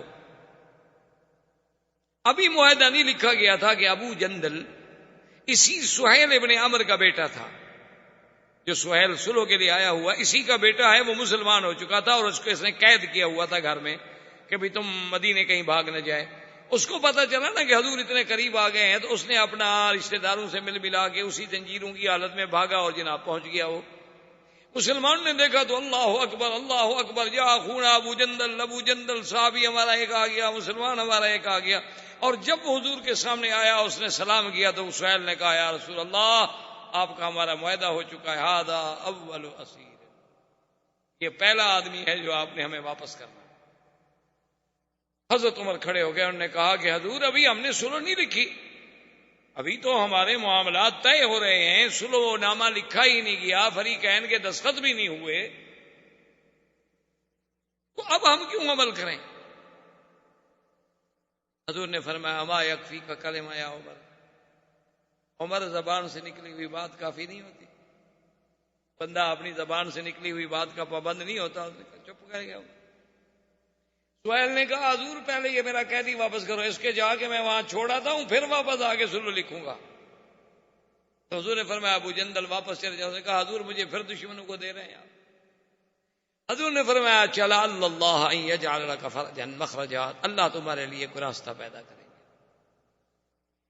اور اسی زنجیروں کی حالت میں سہیل نے کہا کہ ابو جندل سے کہ چلو، ابو جندل کو لے کے چلے۔ حضرت عمر جناب آہستہ آہستہ ابو جندل کے قریب گئے، اس نے کہا ابو جندل ان المشرکین نجس ودمہم دم کلاب، یہ مشرکین پلیت ہوتے ہیں، ان کا تو خون کتے کا خون ہوتا ہے، یہ تلوار میں تمہیں دیتا ہوں، مارو اس کو اڑا دو۔ تم تو معاہدے میں شریک نہیں ہو نا، تم تو پابند نہیں، تم تو قیدی ہو ان کے پاس۔ معاہدے میں تو ہم پابند ہیں نا، جو یہاں موجود تھے انہوں نے معاہدہ کیا، تم تو معاہدے میں شریک نہیں ہو، تم تو خود قیدی ہو، تم کون سے معاہدے کے پابند ہو؟ آہستہ آہستہ عمر ساتھ جا رہے ہیں اور تلوار دینے کی کوشش کر رہے ہیں۔ اس نے کہا کہ نہیں میرا باپ ہے، مشرک ہے الگ بات ہے، لیکن باپ تو ہے نا۔ اس نے کہا کہ نہیں کیا باپ ہے، کافر ہے، اڑاؤ اس کو۔ لیکن ابو جندل نے ہمت نہ کی، حن علی ابیہ، اپنے شفقت باپ کی محبت جو تھی وہ غالب، وہ لے کے چلا گیا۔ اس نے جا کے ابو سہیل کو وہیں چھوڑا، ابو جندل کو وہیں چھوڑا، واپس آ گیا۔ حضور صلی اللہ علیہ وسلم نے فرمایا علی لکھو۔ حضرت نے لکھا بسم اللہ الرحمن الرحیم۔ اس نے کہا لا یا رسول اللہ ما نعرف الرحمن الرحیم، ہم تو نہیں جانتے رحمان رحیم کیا ہے، کہ نہ لکھیں، آپ لکھیں باسمک اللہم۔ حضور نے کہا لکھو۔ حضرت نے لکھ، چلو بھائی، رحمان بھی اسی کا نام، اللہ اسی کا۔ اور حضرت علی نے لکھا بن محمد الرسول اللہ۔ یہ معاہدہ کس کی طرف سے ہو رہا ہے؟ حضور کی طرف سے اور سہیل ابن عمرو کی طرف سے۔ سہیل نے کہا لا یا رسول، اس نے کہا حضور یہ نہیں ہے، ہم تو معاہدہ کرنے آئے ہیں آپ کے ساتھ، رسول اللہ کے ساتھ نہیں۔ اگر ہم نے آپ کو رسول اللہ مان لیا اور اس معاہدے پہ دستخط کر دیے تو جھگڑا کس بات کا ہے پھر آپ کے ساتھ ہمارا؟ یعنی میرے خیال میں آپ کا بارٹ لا بھی اتنی اچھی کراس ایگزامینیشن نہیں کر سکتا، اتنے سمجھدار تھے وہ قریش اس دور میں۔ انہوں نے کہا جی جب معاہدے کے اوپر لکھا ہو بن محمد رسول اللہ اور نیچے ہم دستخط کرتے ہیں تو ہم نے تو آپ کو رسول اللہ مان لیا، ہم تو نہیں مانتے، آپ لکھیں من محمد ابن عبداللہ، ہم تو محمد ابن عبداللہ سے معاہدہ کر رہے ہیں۔ حضور نے کہا علی کاٹ دو اور لکھو بن محمد۔ اس نے کہا حضور لا، میں نہیں کاٹ سکتا، آپ کا نام لکھ کے کاٹ دوں، رسول اللہ کا لفظ لکھ کے کاٹ دوں۔ حضور نے فرمایا ام ہو یا علی، قال واللہ لا ام ہو یا رسول اللہ، خدا کی قسم ہے میں نہیں کاٹ سکتا۔ حضور نے فرمایا ادھر لاؤ، لے آؤ کاغذ، دیا حضور نے اپنے ہاتھ سے لکھا۔ آپ نے کہا لکھو محمد بن عبداللہ، میں محمد بن عبداللہ نہیں ہوں۔ جب معاہدہ لکھ لیا گیا، معاہدہ طے ہو گیا، حضور صلی اللہ علیہ وسلم نے ارادہ ختم فرما دیا، حکم دیا بھی حلال ہو جاؤ، جانور ذبح کر دو، سر مڈا لو۔ صحابہ چپ کر کے بیٹھے ہوئے ہیں۔ حضور غصے میں آئے، بی بی ام سلمہ کے خیمے میں تشریف لائے، اپنی بیوی کے کہا کہ کیا بات ہے، میں حکم دیتا ہوں کہ اٹھو سر مڈاؤ، جانور ذبح کرو، اور صحابہ چپ کر کے بیٹھے ہوئے ہیں۔ میں نے دوبارہ اس لیے حکم نہیں دیا کہیں میری نافرمانی کریں اور اللہ کا غضب نہ آ جائے۔ بی بی ام سلمہ نے کہا حضور یہ ہو سکتا ہے کہ آپ کے جانثار آپ کی تعمیل نہ کرے، وہ انتظار میں بیٹھے ہیں کہ پتہ نہیں کوئی وحی آ جائے کہ بھی چلو عمرہ کرو۔ آپ سب سے پہلے اپنا جانور ذبح کریں، اپنے سر پہ اس طرح پھروائیں، دیکھیں صحابہ کیا کرتے ہیں۔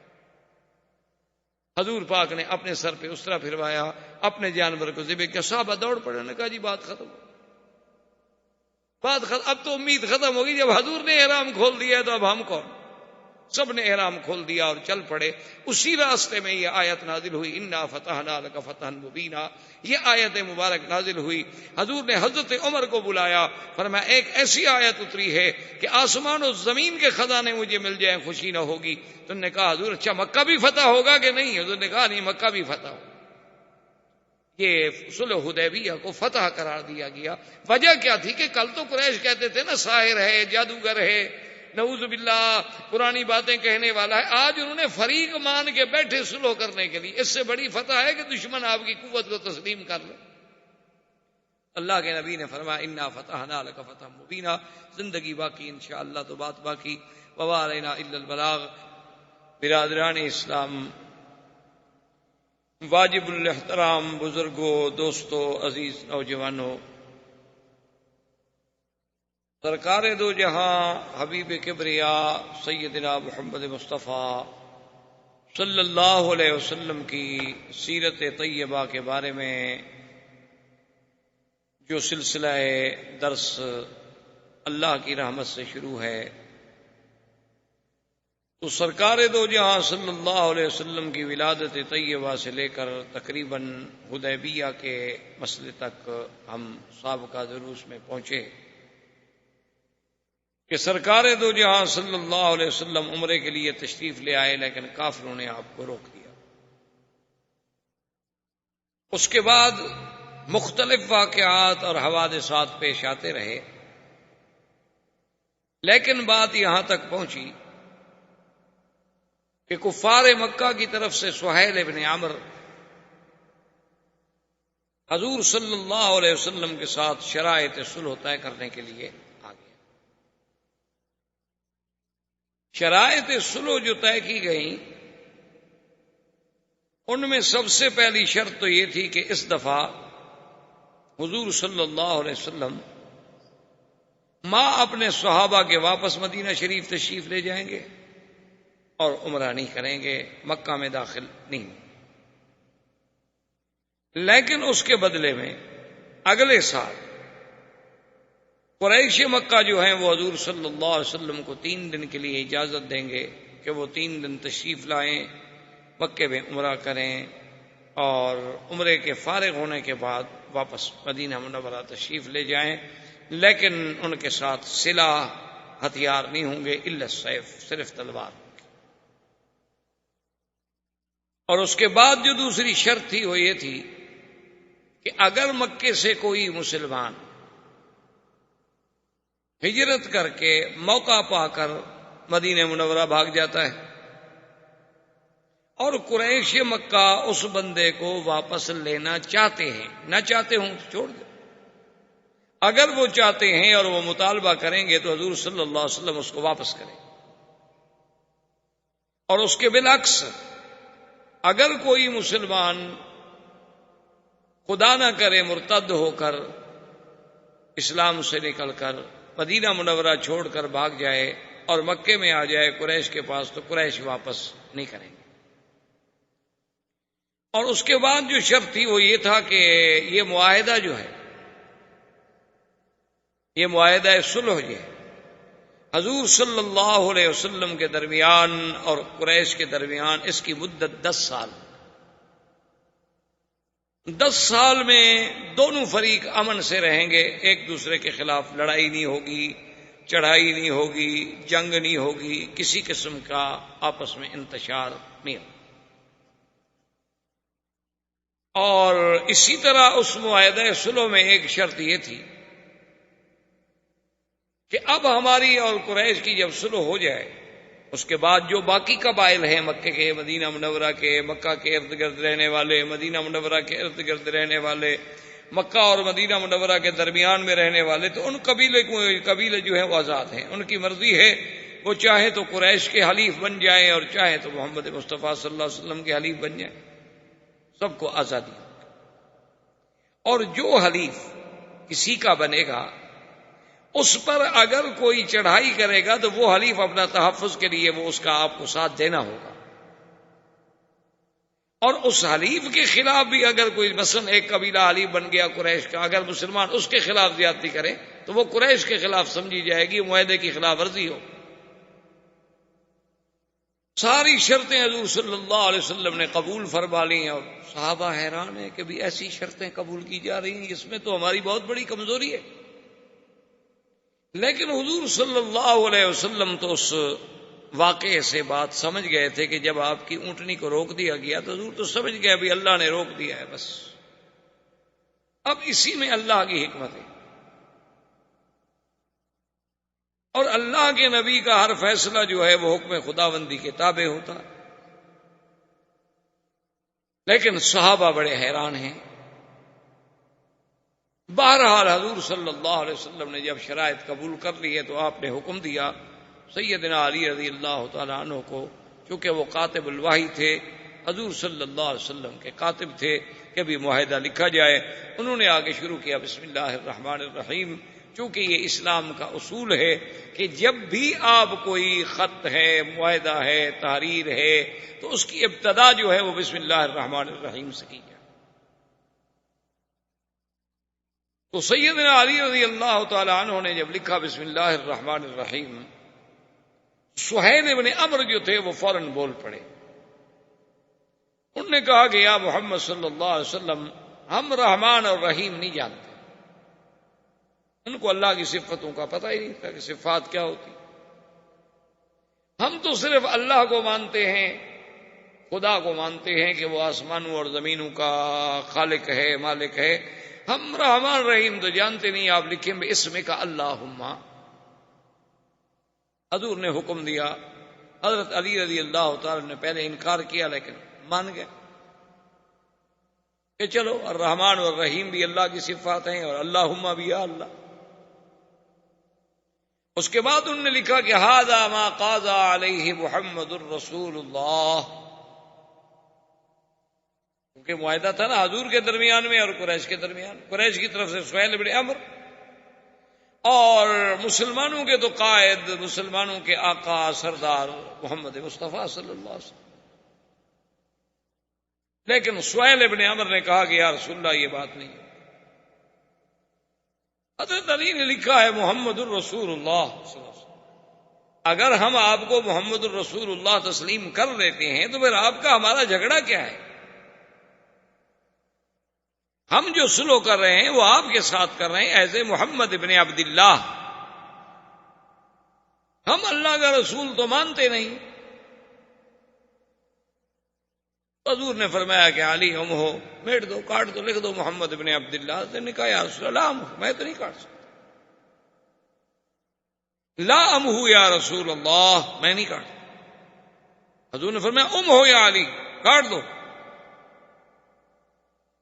حضرت علی نے کہا واللہ لا ام ہو یا رسول اللہ، مجھے تو اللہ کی قسم ہے میں نہیں کاٹوں گا، میں رسول اللہ کے نام پر کیسے لکیر کھینچ دوں؟ اسی لیے ہر بات کو علماء، محدثین، ائمہ فقہا جو ہیں نا وہ اسی قرآن و حدیث کی گہرائیوں میں جاتے ہیں، بات کو سمجھتے ہیں۔ اب بظاہر تو حضرت علی انکار کر رہے ہیں، اللہ کے نبی کا انکار کرنا جو ہے نعوذ باللہ تو کسی مسلمان سے متوقع بھی نہیں ہو سکتا، لیکن انکار کے پس پردہ کیا چیز ہے یہ دیکھنا ہوتا۔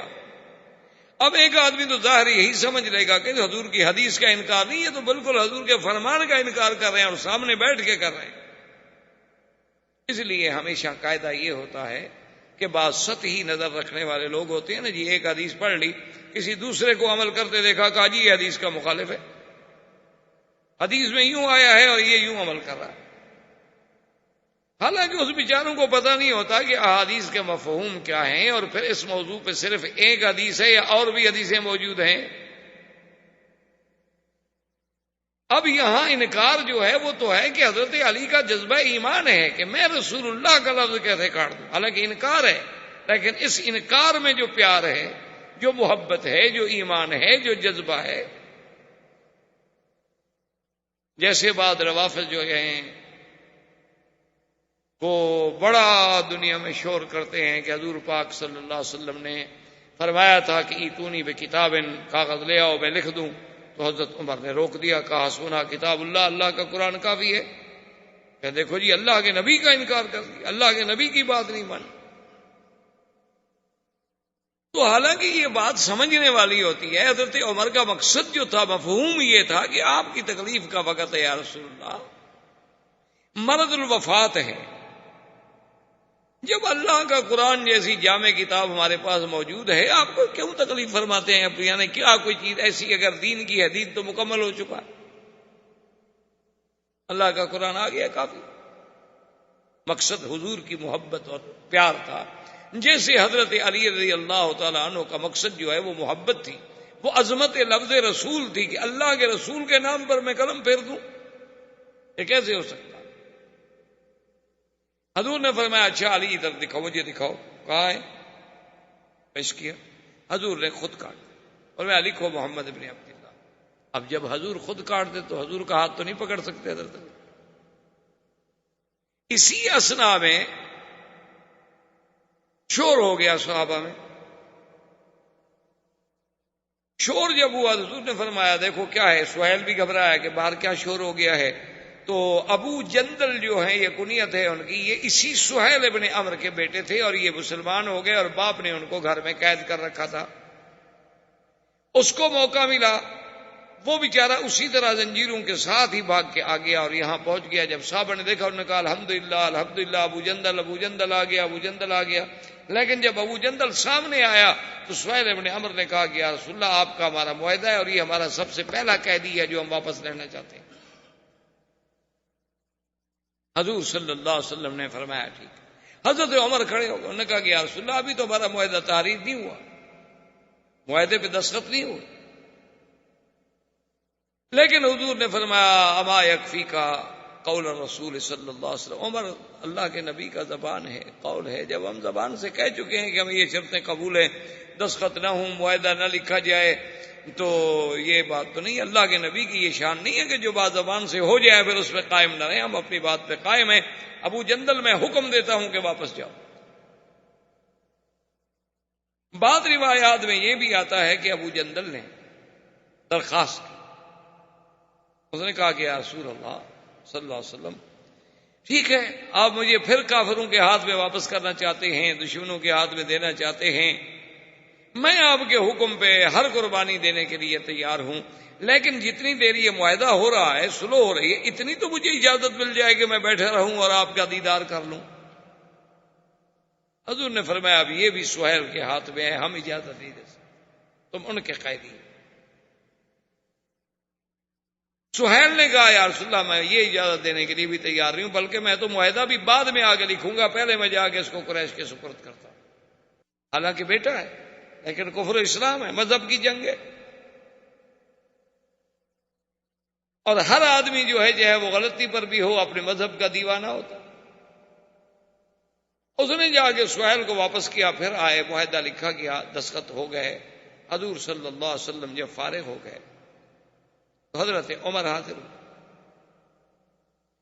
انہوں نے کہا یا رسول اللہ آپ نے تو فرمایا تھا، آپ نے فرمایا کہ میں نے خواب دیکھا ہے، ہم مکہ میں جائیں گے، ہم عمرہ کریں گے، ہم طواف کریں گے، ہم بال کٹائیں گے یا بال کتروائیں گے، امن ہوگا، خوف نہیں ہوگا. حضور یہ کیا ہے؟ اور ہم ایسی شرطیں قبول کر رہے ہیں. لماذا نقبل هذه الدنیۃ فی دیننا یا رسول اللہ، ہم دین میں اتنے کمزور ہو جائیں کہ ان کا بندہ آئے تو ہم واپس کر دیں اور ہمارا بندہ آئے تو ہم واپس نہ کریں، وہ واپس نہ کریں. یہ کیا بات؟ حضور نے فرمایا عمر پہلی بات کا جواب تو یہ ہے کہ میں نے یہ تو کہا کہ میں نے خواب دیکھا ہے مکے میں جائیں گے، کیا میں نے یہ بھی آپ سے اور صحابہ سے کہا تھا کہ خواب میں یہ بھی حکم ہے کہ اسی سال داخل ہوں گے؟ انہوں نے کہا حضور یہ تو نہیں، آپ نے کہا تھا کہ داخل لتدخلن المسجد الحرام، لیکن سنا نہیں تھا کہ اس سال جائیں گے.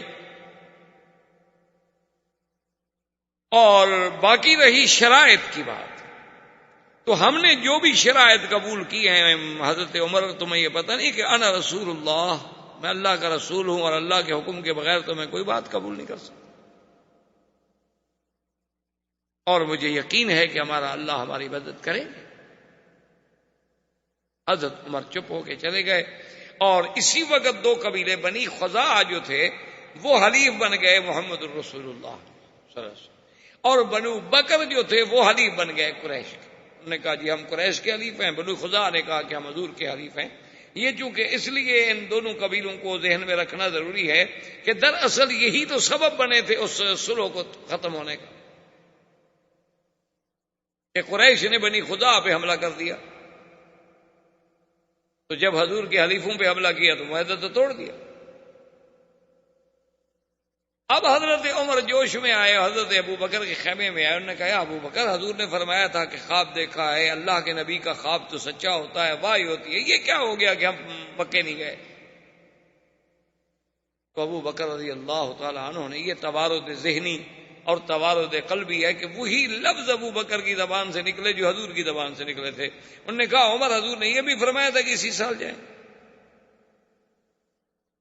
انہوں نے کہا ہاں یہ تو نہیں تھا۔ انہوں نے کہا پھر ابو بکر دیکھو، ہم ایسی شرطیں قبول کریں، اتنا دب کے ہم صلح کریں کفار قریش سے، آخر کیوں؟ اس کا جواب پتہ ہے ابو بکر نے کیا دیا؟ کہا کہ ھذا رسول اللہ فتبع۔ عمر، اپنا عقل نہ لڑاؤ، وہ صلح کرنے والا عام بندہ نہیں، وہ تو اللہ کا رسول ہے۔ وہ کوئی عام لیڈر ہے، کوئی سیاسی قائد ہے، کوئی دینی جماعت کا ایک رہبر ہے، وہ تو رسول اللہ ہے، اور اتباع کرو جو اللہ کے رسول کا حکم ہے، اسی میں اللہ کی حکمت ہے۔ اب حضرت عمر بھی چپ ہو۔ حضور صلی اللہ علیہ وسلم نے حکم دیا کہ جن لوگوں کے ساتھ قربانی کے جانور ہیں وہ جا کے ذبح کر دیں، سروں پہ اسرا پھروائیں اور احرام سے نکلیں، کیونکہ احرام سے نکلنے کا مطلب یہ نہیں ہوتا کہ آپ چادریں اتار دیں، چادریں اتارنے سے آدمی احرام سے نہیں نکل جاتا۔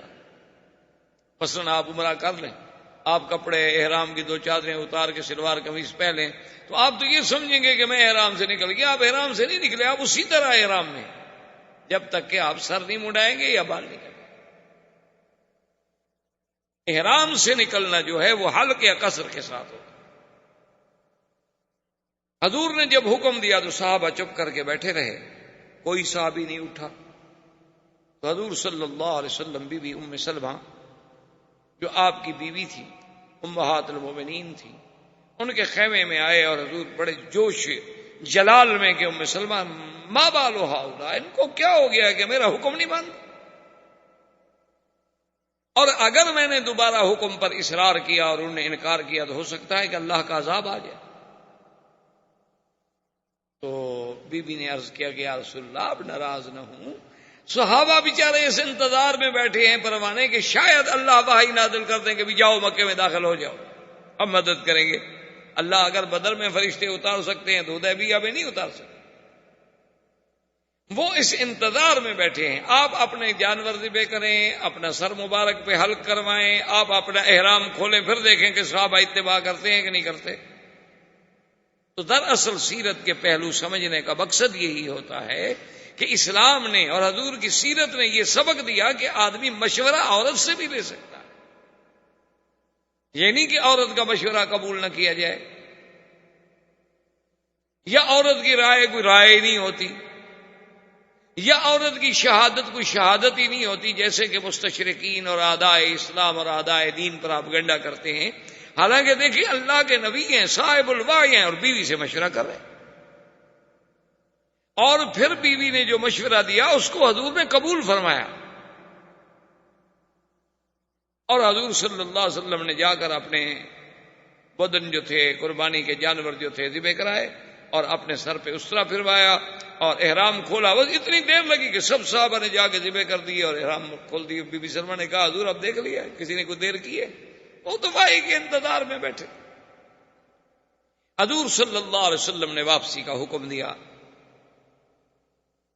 جب حضور مدینہ منورہ کے لیے روانہ ہوئے، چونکہ اونٹنیوں کا سفر تھا، اونٹوں پہ سفر ہو رہا تھا، حضرت عمر کہتے ہیں رضی اللہ تعالیٰ عنہ، ایک روایت میں آتا ہے کہ میں حضور کے قریب آیا اور میں نے بات کرنے کی خواہش کی اور میں نے سلام کیا، لیکن حضور نے میرے سلام کا جواب نہیں دیا۔ یعنی اونٹنی پہ بیٹھے بیٹھے حضرت عمر بھی اپنی اونٹنی حضور کے قریب لے آئے۔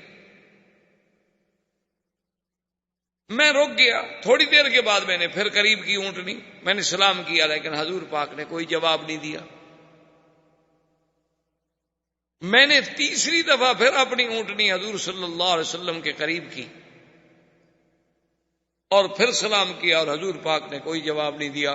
تو حضرت عمر کہتے ہیں کہ میں روتا ہوا پریشان ہو کر میں اپنے آپ کو کہہ رہا ہوں کہ ثقلت امک یا عمر، کاش عمر تیری ماں نے تیرا بوجھ ہی نہ اٹھایا ہوتا، تو پیدا ہی نہ ہوتا تو اچھا تھا کہ آج اللہ کا نبی تم سے ناراض ہو گیا۔ حضور کہتے ہیں میں ڈر گیا کہ کہیں میری اس بات کی وجہ سے حضور ناراض نہ ہو گیا۔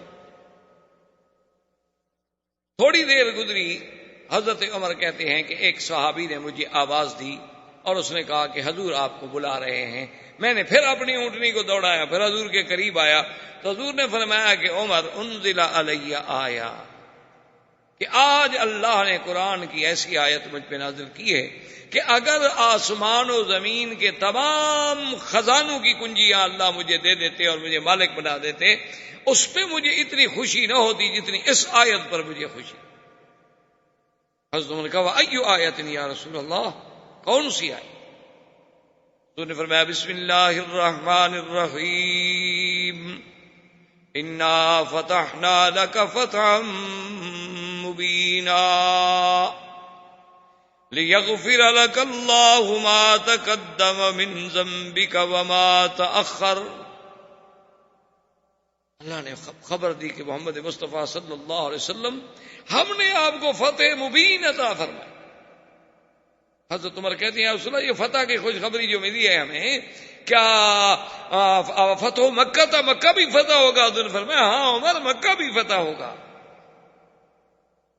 اب صحابہ کا کمال دیکھیں اور محدثین کا کمال دیکھیں کہ حضور اونٹنی پہ تھے تو جب حضور قرآن پڑھ رہے تھے نا تو آواز میں جو لہر پیدا ہوتی تھی کہ انا فتحنا لک فتحا مبینا، اسی طرح آخر تک راوی نقل کرتے آئے کہ اس آواز کی انداز یہ تھا جب حضور نے پڑھا تھا، تاکہ وہ کیفیت بھی موجود رہے۔ اب علماء کرام فرماتے ہیں کہ اس فتح سے مراد بعض نے کہا فتح مکہ ہے، بعض نے کہا فتح خیبر ہے، بعض نے کہا فتح حنین ہے، کیونکہ اس بیعت کے فوراً بعد اللہ نے قرآن میں یہ تو فرما دیا تھا نا، ابھی جو ہم نے آیت پڑھی تھی کہ میرے مدنی صلی اللہ علیہ وسلم اللہ اور مومنین سے راضی ہو گئے ہیں جو اس درخت کے نیچے بیٹھ کے آپ کی بیعت کر رہے ہیں۔ لقد رضي الله عن المؤمنين إذ يبايعونك تحت الشجرة فعلم ما في قلوبهم فأنزل السكينة عليهم وأثابهم فتحا قريبا ومغانم كثيرة يأخذونها وكان الله عزيزا حكيما۔ اللہ نے قرآن میں فتح قریب کی ایک خوشخبری پہلی آیات میں بھی دے دی تھی، لیکن اکثر مفسرین کرام یہ فرماتے ہیں کہ نہیں، فتح مبین جو ہے حضرت ابن عباس بھی یہی فرماتے ہیں کہ صلح حدیبیہ جو ہے یہ فتح مبین، یہی فتح۔ انہوں نے کہا کہ فتح مکہ تو ہے، فتح مکہ ہے، فتح خیبر ہے، اس کا دوسری آیات میں ذکر موجود ہے،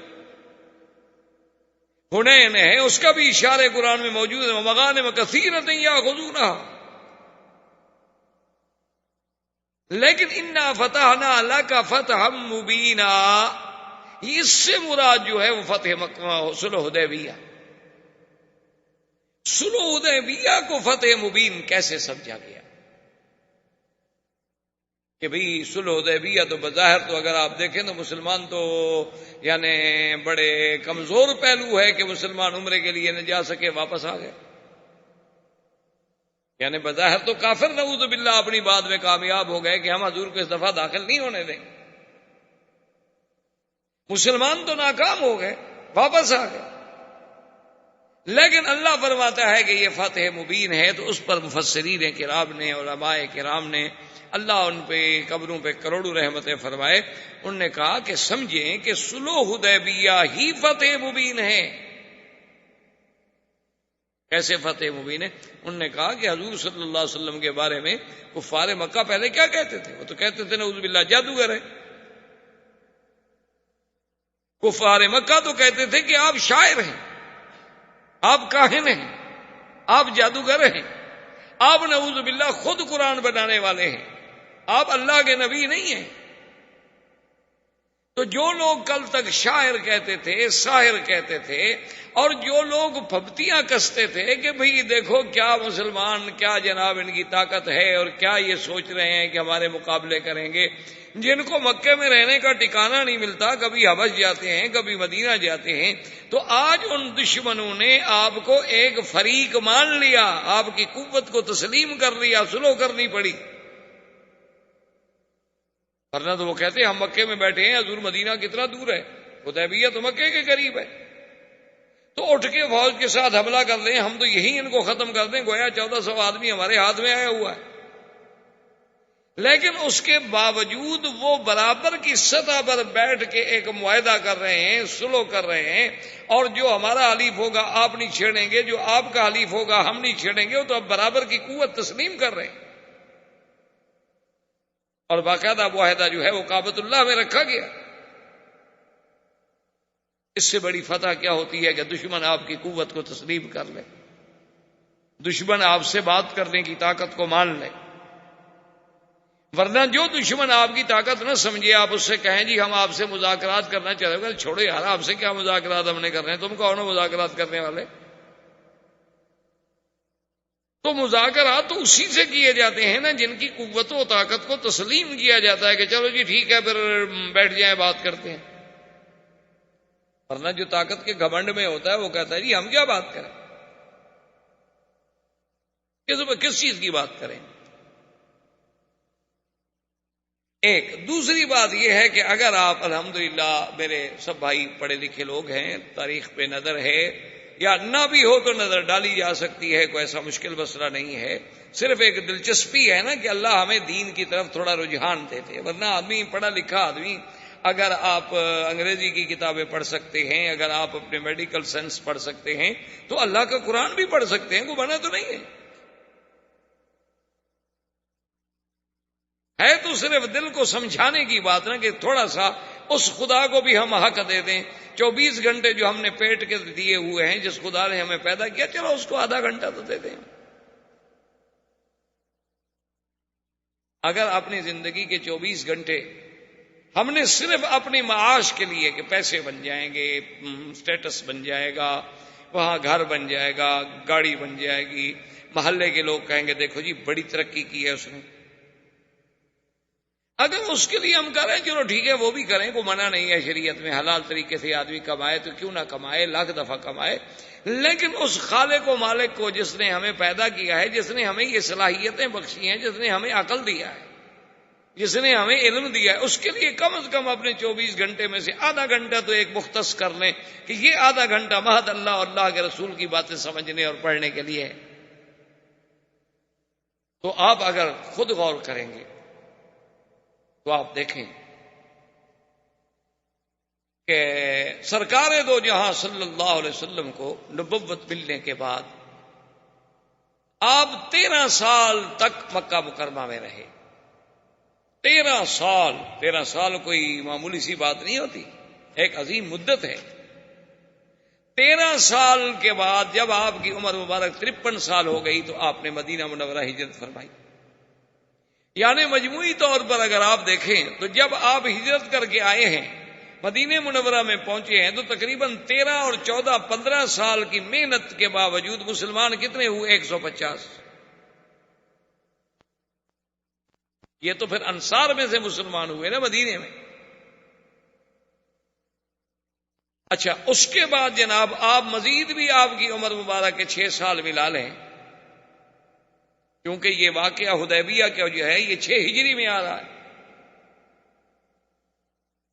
تو 6 سال اگر آپ اس کو بھی شامل فرما لیں، اور تاریخ ہجری جو ہے وہ ہجرت کو مقدم رکھا گیا، وہیں سے شروع ہوتی ہے، تو 6 اور 13 19 سال، تو 19 سال میں کل کتنے مسلمان تھے؟ 1400 آدمی جو حضور کے ساتھ عمرے پہ آیا، 500-600 نہیں آیا ہوگا، یعنی بچے عورتیں کچھ گھر رہ گئے نہیں آئے، یعنی 2000 آدمی، 3000 آدمی، بڑے سے بڑا آپ لگا لیں 3000 آدمی ہو گیا ہوگا مسلمان، تو 19 سال کی محنت میں تو صرف 3000 مسلمان ہوا۔ حدیبیہ کی صلح ہوئی سن 6 ہجری کے آخر میں، 7 میں حضور نے عمرۃ القضاء فرمایا، اور 8 ہجری میں مکہ فتح ہو گیا تو حضور کے ساتھ 10,000 کا تو صرف لشکر تھا جو مکے میں آیا، یعنی 19 سال میں ہم نے 3,000 مسلمان ہوئے. حدیبیہ کی فتح صلح کے بعد 10,000 تو لشکر تیار ہو گیا. اس سے بڑی فتح ہوگی؟ اس طرح اسلام پھر آگے بڑھا، کیونکہ دونوں فریقوں کے درمیان معاہدہ صلح ہو گیا، امن قائم ہو گیا. اب وفد باہر جانے کا مواقع ملے، اور حضور صلی اللہ علیہ وسلم جن لوگوں نے احزاب میں آپ کے خلاف حملے کیے تھے ان کو پہلے ادب سکھا چکے تھے، وہ الگ روب پڑ گیا تھا لوگوں پر. تو اللہ نے اسلام کو ایسی طاقت دی کہ صرف 2 سال کے بعد اس فتح کو فتح مبین کیسے نہ کہا جائے. یہ تو سب سے بڑی فتح تھی. اور دوسری بات یہ دیکھیں کہ اللہ کے نبی نے جو خواب دیکھا تھا اس میں یہ بات شامل تھی. لقد صدق الله رسوله الرؤيا بالحق لتدخلن المسجد الحرام إن شاء الله آمنين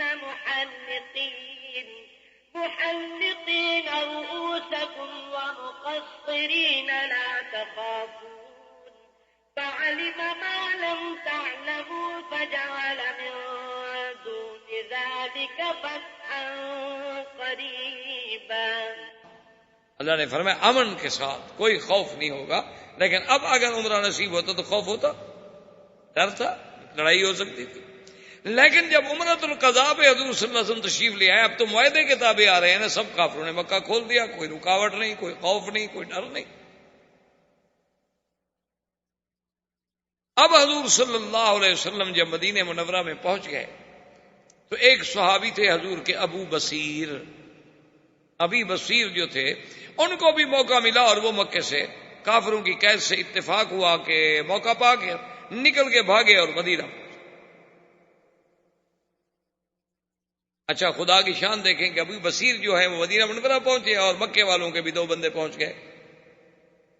السلام علیکم.